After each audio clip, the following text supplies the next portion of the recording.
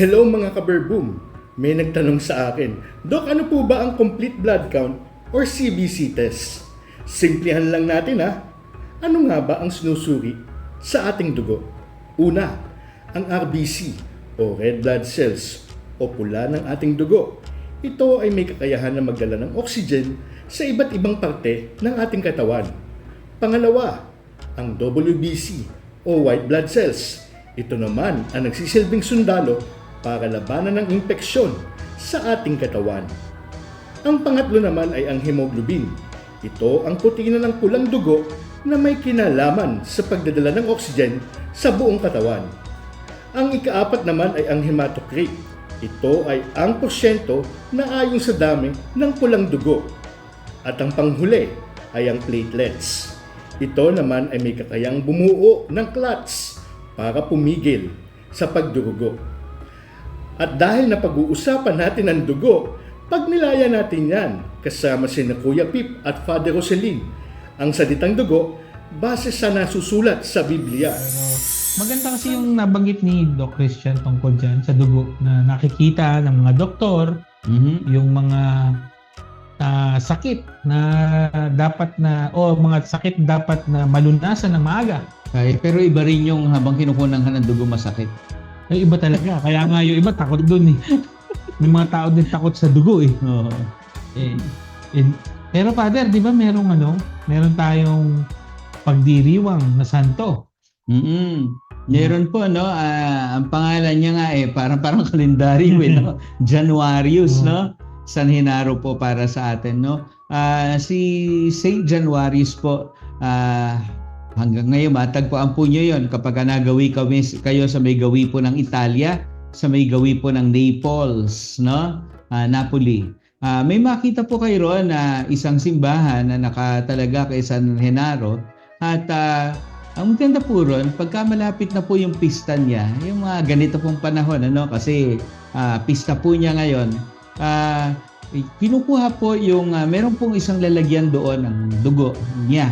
No?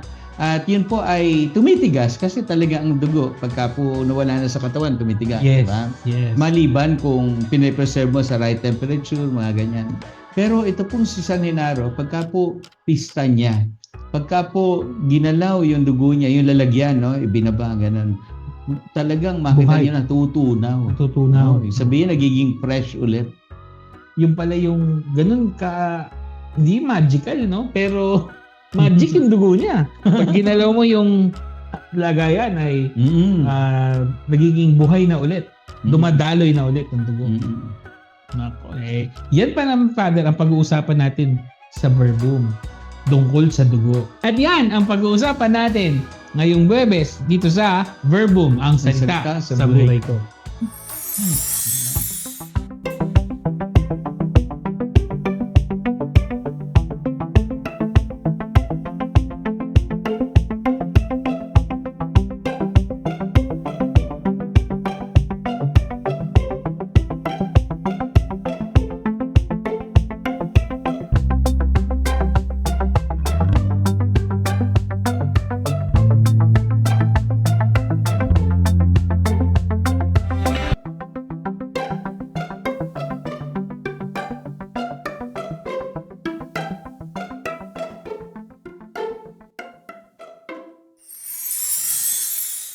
Siyempre mga ka-Verbum, bago natin simulan ang ating kwentuhan sa araw na ito, tayo muna po ay sama-samang manalangin. Lagay natin ang ating sarili sa presensya ng Diyos. Tayo tumawag sa Kanya. Sa ngalan ng Ama, ng Anak at ng Espiritu Santo. Amen. Panginoon, kami po ay ngayon ay nagpapasalamat sa iyo sa biyaya ng buhay kung saan kami ay patuloy niyo pa rin binibigyan ng pagkakataon na makapaglingkod at sana'y maging panawid buhay din sa ibang tao. Panginoon, sana po sa araw na ito ay gawaran niyo kami ng biyaya ng pangunawa para lalo namin mabigyan ng pagpapahalaga ang nananalaytay sa amin, ang dugo na binuhos ng iyong anak para sa aming kaligtasan.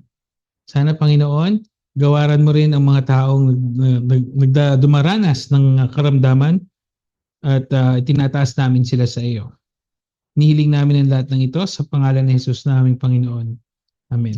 Sa ngalan ng Ama, ng Anak, Espiritu Santo. Amen. Alam mo, Father, kaya ako nabanggit yung mga may sakit. Yan ang naging sakit ng nanay ko. Yung sa dugo. Naalala mo, dialysis yung mami ko. So, ganun ka-importante ang dugo na ating pagkukwentuhan, pagdinilayan. Kaya mga ka-verbum, kunin nyo ng inyong mga Bible at yan ang ating pagdinilayan sa araw na ito. So, Father, dugo. Sigurado ako meron ka na namang makikita sa unang aklat. Siyempre Lagi naman. tayo nag-start dun eh. Ano bang makikita natin saan natin makikita yan, Father? Ba, ito kakaiba pa tong dugo na to. Okay, Ay, bakit? dugo na to, yung iba, sa kanina, sabi mo nga na meron ka nabanggit kanina bago tayo magsimula ng programa Sabi mo nga, Betamax, iba yun. No? Betamax na yun ang dugong inihaw. Oo. Masarap din naman, lalo na yung sa sinampalukan, lalo't may bigas. Oo, Father. No? Oo. Pero dito, ito kakaibang dugo. Sumisigaw. Sumisigaw na dugo. Oo, sumisigaw yung dugo rito. Sige. No? Tignan niya natin. Makita po natin yon sa ika-4 na kabanata ng aklat ng Henesis. Makita po ninyo yon sa may gawing ika-10 talata at ika-11 talata. Babasahin po sa atin ni Sister Loisa. Yan. At sinabi ng Diyos, Cain, nakapangingilabot ang ginawa mo. Sumisigaw sa akin mula sa lupa ang dugo ng iyong kapatid at humihingi ng paghihiganti. Susumpain ka't palalayasin sa lupaing ito, lupang natigmak sa dugo ng kapatid mo na iyong pinaslang. Uy. Ano? Sumisigaw. Sumisigaw. At Father, hindi lang yon. Direktang sumisigaw sa Diyos yung dugo. Oo, mula sa lupa. Nako, Wala yun sa katawan. parang ano yan Parang doon siya humihingi ng tulong Dahil humihingi ng katarungan yung dugo na yon. Pinatay siya ng sarili niyang kapatid. At ang narinig ng Diyos yon. Kaya sinabi niya mismo, ito yung binasa ni Sister Loisa, sinabi niya mismo ng Diyos directly kay Cain yung ginawa niya. Diba? Parating sa kanya na talagang narinig niya. Okay? So, kaya po makita po natin na yung dugo ay yan kasi ay bahaging-bahagi ng katauhan natin. Sa katunayan, hindi lang naman po yung mga sakit ang nakikita sa dugo. Diba? Nalalaman din yan kung tayo ay may ugnayan. Kaya nga, sinasabi na may magkadugo. May DNA. Oo, may DNA. Diba? So, kaya napakahalaga po talaga ng dugo na yan at yung dugo nabibigay sa atin ng buhay. Kapag nawalan tayo ng dugo, patay. Diba? Kaya yung dugo na yan, binanggit sa atin nung kitilin nitong si Cain, talagang naghumiyaw sa Panginoon para sa katarungan. Dahil ang Diyos lamang ang maaaring bumawi ng buhay ng bawat isa. Pero bukod po doon, Kuya Pip, mga ka-verbum, meron pa po tayong ibang mga tala sa banal na kasulatan na ito hindi naman sumisigaw. Kaya sabihin na naman kaya ginagawa ng dugo na yan. Pero maganda pong makita naman natin sa susunod ay yung dugo, meron namang pinaglalagyan. Ginagamit din po ang dugo sa larangan ng pagsamba sa panahon pa lamang po nitong mga unang aklat ng Biblia, at yun po ay matatagpuan natin sa aklat ng Levitiko, at yan po ay nasa ika-unang kabanata, ika-5 talata. Mababasa po natin doon. Sister Christy. Kakatayin ang batang toro sa harap ng Diyos at iaalay naman ng mga paring anak ni Aaron ang dugo sa pagbubuhos sa buong altar na nasa may pinto ng toldang tagpuan. Kita mo? Ilalagay sa altar. Oo, ilalagay sa altar. Yun ay bahagi ng kanilang pagsamba. No, parang sinasabi, iniaalay nila sa Panginoon yung dugo ng Cordero o ng Oo. anumang hayop. Mm. Na Father, kasi ano yun eh, sa kanila, dahil, di ba sabi mo nga, yung dugo ay sumasagisag din sa buhay. Pag walang dugo, Mm. patay. Mm. So sa kanila, yung mismong buhay na sinasalarawan doon ng dugo, yun mismo yung ino-offer nila. Totoo yan. Parang literally speaking, sinasabi, Lord, we offer our lives to you. Itong dugo na ito, na simbolo ng buhay, yung buhay namin, naalay namin sa iyo. Totoo yan. At ang inaalay nila ay hindi lamang basta-basta anumang bagay, kundi buhay. Yes, buhay.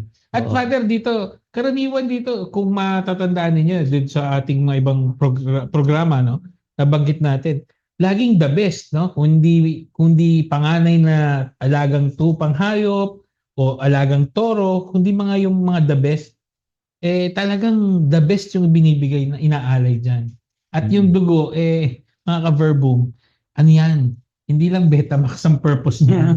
Purpose niyan talaga ino-offer, no, inaalay sa Diyos. At marami pa tayong makikita for sure na babanggitin sa atin ni Father sa araw na ito na mga iba-ibang naging gamit o naging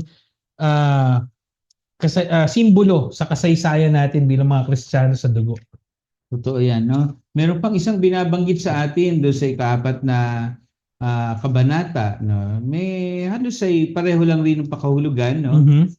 Pero ito iba naman, no? Iba yung paraan ng paglalagay doon sa santuario, no? Makita po natin ika-4 na kabanata, ika-6 na talata. Babasahin sa atin si Lisa.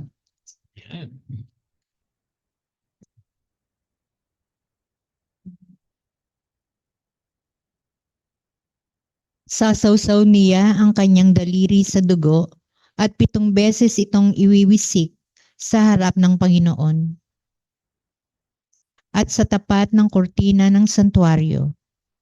Yun. Sasawsaw. Masawsaw.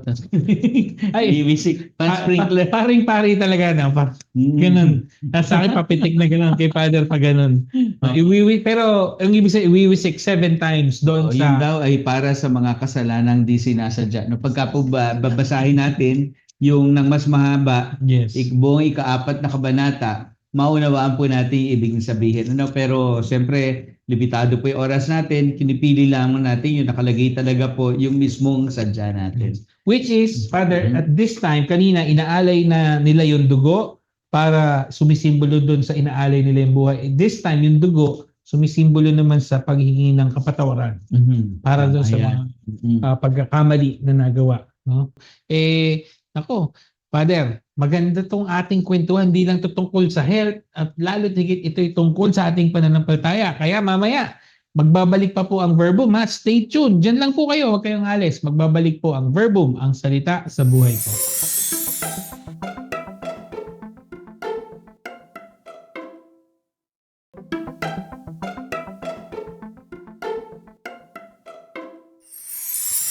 At nagbabalik po ang Verbum, ang salita sa buhay ko. Balikan natin, Father, yung kanina, kaunti, no? Dito, pinakita natin yung kanina na pag-usapan natin yung tungkol sa buhay at yung sa kasalanan. Na bayad doon sa ating mga kasalanan yung dugo. Father, di ba kanina nabanggit ko, yung inaalay natin minsan dugo ng tupa o ng ba tawag na sa tupa, minsan kordero. Meron ba tayo dyan makikita, Father, na kasi New Testament nababanggit yung kordero. Doon sa Old Testament, meron lalo ba? doon sa lalo sa misa. Oo. 'Di ba? May kordero ng Diyos lagi banggit sa atin doon Bata ako, naisip, okay, kordero ng kordero. Alam ko kasi kaldero. Nakita ko Hindi na sabihin ko sa iyo, kaldero. Ang kaldero ng Diyos, ang laman tinumis. Joke lang po. No? Sige, Father. Dito sa meron ba na from the start, from the Old Testament, tayo makikita na binabanggit dito din yung tungkol sa dugo ng kordero.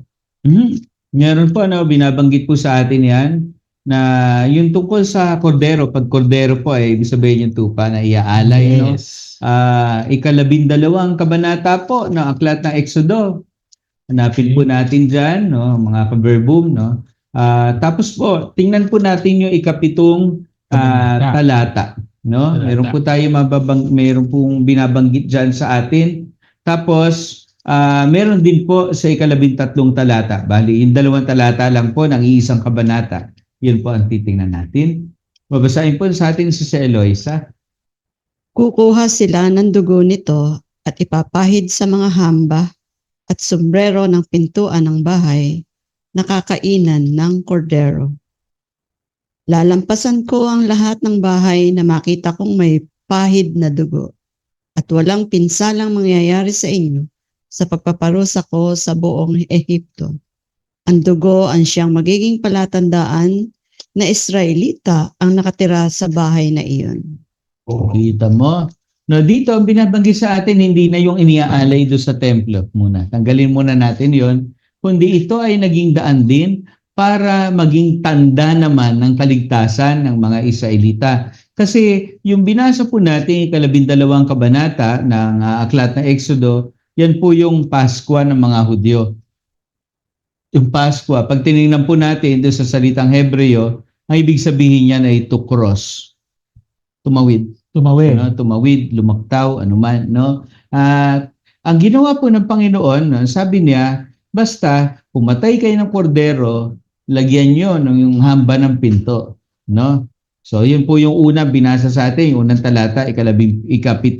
Tapos po, yung ikalawa, sabi naman sa atin doon sa ika-13, pagkaroon nakita ng Panginoon, may dugo ng kordero doon sa may hamba ng pinto, lalaktawan niya yon. Walang mamamatay doon sa bahay na yon. Hindi, Father, ano yan? Para mas maintindihan nila, maganda, basahin nila yung kwento na ito yung kung kanina banggit mo, naging tanda ng Panginoon. Ito yung tanda kung saan para hindi sila madamay sa galit ng Panginoon, napapatayin yung mga taga-Ehipto, yung lahat ng may bahay na may tanda ng dugo, lalagtawan. May crossover yan. Ano? Crossover. Passover. Passover. Passover. Na ngayon naman ginawa nating overpass sa EDSA na tinitawiran. Ayun, tinawiran sila ng anghel, di ba? Tinawiran sila ng Diyos. Kaya parang baligtad nga, no? Kapag may nakita ang dugo, walang dadanak na dugo dun sa loob. Oo. Pagka walang dugo dyan, dadanak dugo dun sa loob, may mamamatay yung panganay. Yun yung dyan nagsimula yung kwento ni Moises. Dyan nagsimula, mga ka-verbum. O, di ba? Gamit ang dugo na nakikita natin na nabanggit na natin. Ano po ba, Father, ano pa ba ang gamit o nasusulat tungkol sa dugo? May makikita po tayo dyan sa ika-24 na kabanata ng pareho pong aklat, no? Exodo. At ito po naman ay tungkol dun sa kanila pong pagtitibay ng tipan sa Panginoon, no? Blood compact. Parang gano'n ang dating, no? Blood compact na kailangan daw merong dugo na kasama. Pinapakita po ika-24 na kabanata, ika-4 hanggang ika-6 pala po, no? Ika-6 hanggang ika-8 talata. May binabanggit po sa atin ano raw ang ginawa ni Moises para ipagtibay yung tipan nila sa Diyos. Yan. Babasahin po sa atin ni Sister Christy. Kinuha ni Moises ang kalahati sa dugo at inilagay sa mga palanggana at iwinisik naman sa altar ang kalahati. At kinuha niya ang aklat ng pakikipagtipan at binasa sa harap ng sambayanan. Sinabi nila, gagawin namin at susundin ang lahat ng sinabi ng Panginoon. At kinuha ni Moises ang dugo at iwinisik ito sa sambayanan. Habang sinasabi, narito ang dugo ng pakikipagtipang ginawa ng Panginoon sa inyo ayon sa lahat ng salitang ito. Yan. Kita mo? Naging pang-selyo sa pakikipagtipan o yung seal na ito ang kasunduan natin bilang ako ang inyong Diyos, kayo ang aking sambayanan, dugo. O sa atin, di ba yung dati yung Blood compact. blood compact, sugatan ko sarili ko, sugatan mo sarili mo, lagay natin sa isang lalagyan para natin inumin. Gano'n. Ay sa kanila naman, yung dugo na yun ang hayop, pareho naman tayo bibisikan. Bibisikan ng Diyos, kinakatawan ng altar, bibisikan din tayo. Yan. Isang dugo yung napunta sa atin. Yan ako, Father. Para naman sabihin mo hindi ko nakalimutan yung aral na binigay mo sa akin. Ginagawa nila yan sa harapan ng menorah.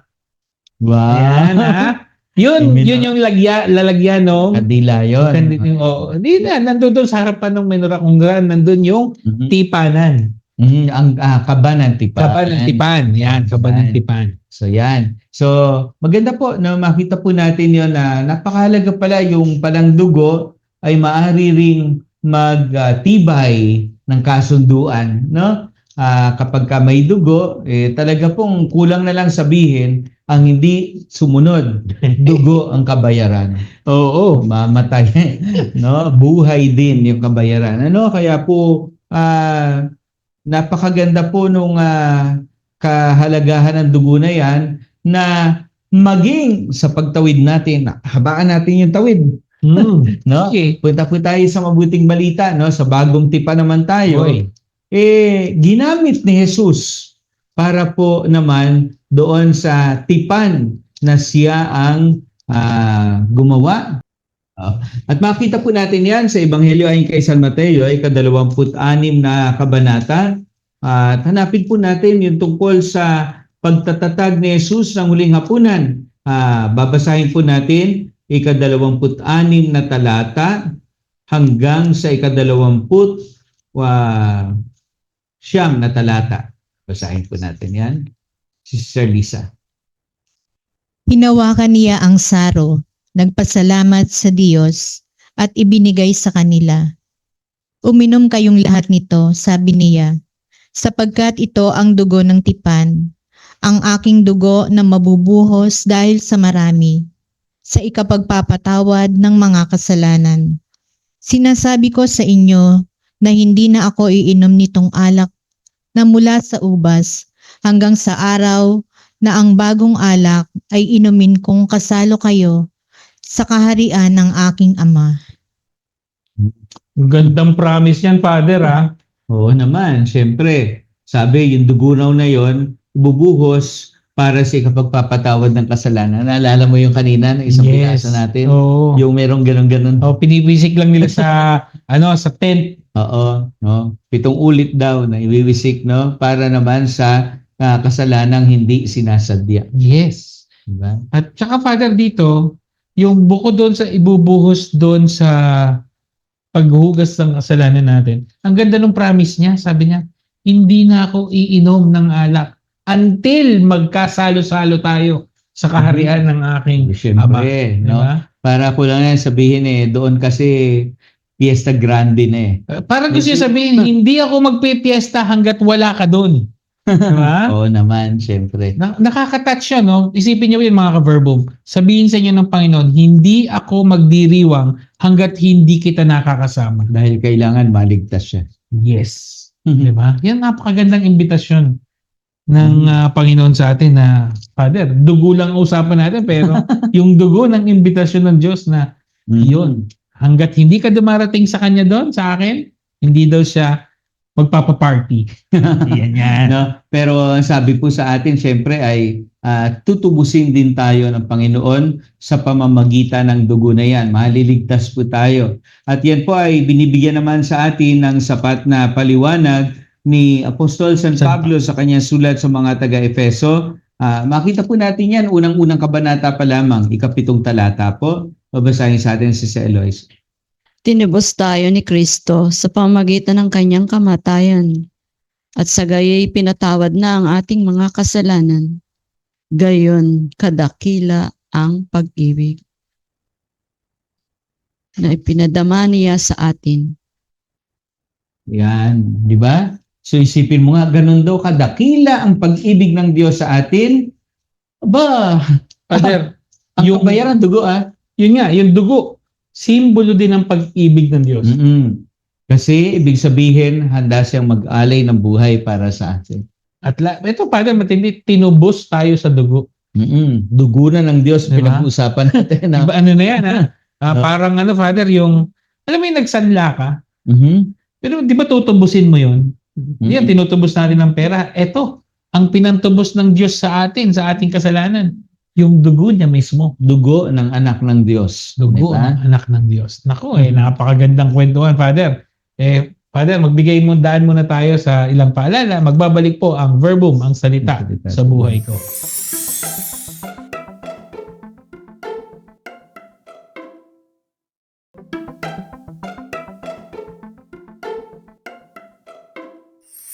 Pabalik po ang verbum, ang salita sa buhay ko. So, kayo ba mga ka-verbum sa ating napagkwentuhan ngayon? Siguro naman nakapagnilay kayo kung gaano kahalaga ang dugo ng Panginoon, no? Na sana hindi natin binabaliwala. Alam mo, Father, naalala ko tuloy yung pagdalo natin sa misa, yung pagdalo nating mga Kristiyano, mga Katoliko sa pagdiriwang ng misa. Nandoon yung mga binasa natin eh. Oo, yan, no? Ito yung aking dugo, inaalay ko para sa inyo. Sa tuwing nagsisimba, naririnig yan. Kaya nga, Father, alam mo yung pagsisimba, hindi yan dapat hindi yan dapat, tag dito, huwag natin sabihin boring, paulit-ulit. Kasi, Father, ang pagsisimba, alam mo ba, tulad ng kumakain ka tanghalian, agahan, tanghalian, hapunan, nabaliktad, no? Agahan, tanghalian, hapunan. Hindi mo naman masabing boring, kundi it's a necessity.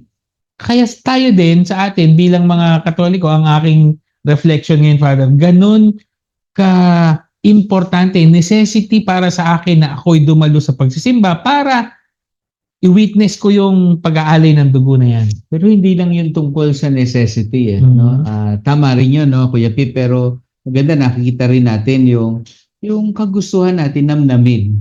Yes, Hinanam natin. Kasi isang bagay, kahit tapos na, diba parang gusto kong ulit-ulitin kasi nga para mas maramdaman mo pa. Diba? Ganun kasi isang tao, no? Parang kulang na lang ganito. Siguro hindi ko alam kung hanggang ngayon, no? Kayo ni Mayor. Sister wife na si Mayor, Trisha. Halimbawa, meron kayo, lalo na nung dati, nagtatagpo kayo. Tapos, tapos na kayong magkita, nahatid mo na siya sa bahay. Pag uwi mo, binabalik-balikan mo pa yung ginawa nyo kanina, kinikilig-kilig ka pa ganyan. Ay, kinikilig ako eh. O, diba? Pero kasi, kahit natapos na yon, hindi ka magsasawang ulit-ulitin yung karanasan na yon. At syempre, Father, napag-usapan natin yung simula sa susumigaw na dugo hanggang doon sa dugo na tumubos sa ating lahat. Father, baka naman pwedeng kung nagsimula tayo sa prayer, tapusin mo din. Bigyan mo naman kami ng final blessing for today. Naman. No? Pero wag na yung wibisikan ng dugo. Wag na yun. Kumain na lang tayo ng Betamax pagkatapos. Sige, darasal ko tayo. Sa ngalan ng Ama, ng Anak, ng Espiritu Santo. Amen. Maraming salamat, Panginoon, sa pagbibigay mo sa amin ng pagkakataon upang kami ay iyong maging mga anak. Mga anak na nagtataglay rin ng dugo ng iyong pag-ibig, dugo na tumubos sa amin, dugo na nagbubunsod sa amin para higit pang maging mapagmahal. Nawa po, Panginoon, sa aming palagi ang pagsasalo sa katawan at dugo ng iyong anak. Kami ay magsumikap na matulad sa Kanya at tunay na maging Kaniyang kadugo sa lahat ng aming mga iniisip, sinasabi at ginagawa. Tinataas namin ang lahat ng ito sa pamamagitan ni Heso Kristo, kasama ng Espiritu Santo, magpasawalang hanggan. Amen. Sumainyo ang Panginoon. At sumayin nyo rin. Palain kayo ng ating mapagmahal at buting Diyos, Ama at Anak at Espiritu Santo. Amen. Mga ka-verbum, Father, mga housemates, maraming salamat po at nakasama namin kayo sa araw na ito dito sa ating programa. Magkita-kita tayo muli sa susunod na linggo dito sa Verbum, ang salita sa buhay ko.